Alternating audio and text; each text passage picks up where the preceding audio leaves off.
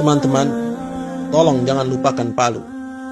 Jangan lupakan bahwa hari itu di tempat ini kita membaca berita gempa dahsyat yang mengguncang Palu. Kemudian tidak lama berselang, kita juga tahu kalau gempa itu memicu tsunami. Banyak orang hilang dan tenggelam. Lalu tiba-tiba kita dikagetkan dengan sebuah video amatir yang merekam sebuah hamparan tanah yang bergerak, pohon-pohon di atasnya berjalan. Ada sebuah rumah besar yang berjalan dan diikuti tiang BTS yang berpindah tempat. Kemudian kita melihat rumah satu persatu ambruk karena tanah di bawahnya yang berubah menjadi lumpur, dan orang-orang panik berlarian menyelamatkan diri dan keluarganya. Teman-teman, ingatkah bahwa saat itu kita mengira kejadian itu di pantai, air laut yang naik ke atas, tapi subhanallah, ternyata itu tanah yang mencair. Kok bisa? Percaya tidak percaya, video itu kita ulang berkali-kali. Mata kita tidak berkedip, otak berputar, hati berdegup menghayati kengerian orang-orang yang mengalami kejadian itu di sana. Ya Allah, bencana apakah ini? Ada apakah dengan bumi? Teman-teman, saat ini waktu sudah berlalu semenjak peristiwa itu. Masih adakah kengerian itu di dada?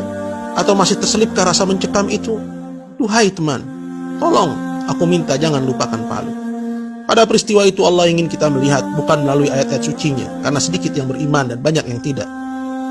Pada peristiwa itu Allah ingin kita melihat dengan mata kepala kita, agar mudah kita mencerna bahwa kekuatan Allah lah yang tiada terkalahkan, bahwa tiada yang sanggup menghentikan kejadian apapun apabila Allah berkehendak, dan bahwa dunia ini sangat murah. Amalan kita lah yang berharga. Teman-teman, tolong jangan lupakan Palu.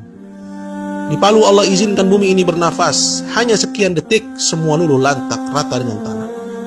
Belakangan akhirnya kita tahu ada pesta di Palu, pesta kesyirikan, ada musik, tabarruj, wanita-wanita menari, judi, zina di Petobo, bahkan LGBT kongres di sana. Teman-teman, kalau ada dari kita di sini yang masih melakukan kesyirikan, menyembah kuburan, memberikan sajian kepada laut, gunung, air terjun, mau bangun gedung, rumah, jembatan, menanam kepala kerbau, minta kesembuhan, motong ayam hitam kemudian bangkainya dibuang ke air terjun atau tempat tertentu, melakukan pesugihan, maka tinggalkanlah, karena kesyirikan sebab utama bencana. Jika di sini ada yang mengaku muslim tapi tidak salat atau salatnya bolong-bolong, mulai sekarang jaga salat kalian. Jika di sini ada yang gemar berzina, zina mata, tangan atau kemaluan, selingkuh atau berpacaran, maka sudah waktunya sekarang kita tinggalkan itu semua.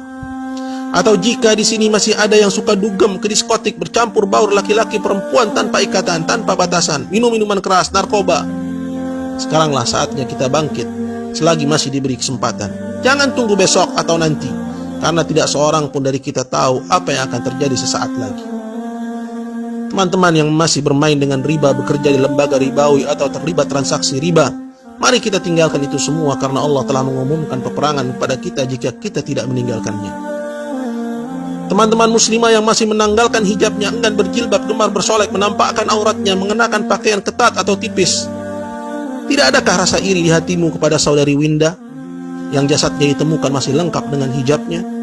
Jasadnya masih lemas dan tidak berbau meski sudah 14 hari tertimbun reruntuhan. Cadarnya melekat di wajahnya sampai-sampai tim SAR sungkan melepas penutup wajahnya. Dia mulia hidup dan matinya. Teman-teman, saya tahu yang paling berat memang meninggalkan musik. Dulu pun saya seperti tidak percaya bahwa Islam mengharamkannya. Tapi saat Allah jadikan kecintaan kepada Al-Quran di dalam dada, gandrungan kepada musik akhirnya banyak berkurang. Karena tidak akan bertemu kecintaan kepada musik dengan kekhusyuan mentadabburi Al-Quran. Saya yakin saat ajal nanti tidak satu pun dari kita yang ingin diperdengarkan musik dambaannya, biduan idolanya.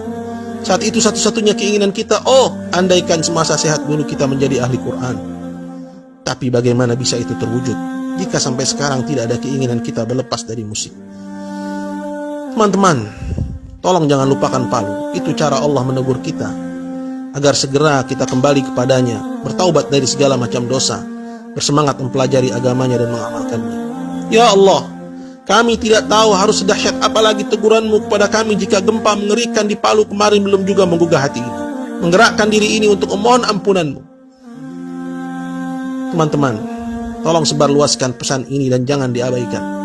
Semoga dengannya ada hati yang terketuk dan segera kembali bertaubat kepada Allah.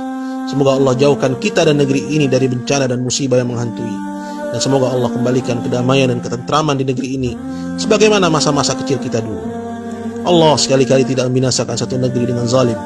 sedangkan penduduknya melakukan perbaikan-perbaikan. Maka sebarkanlah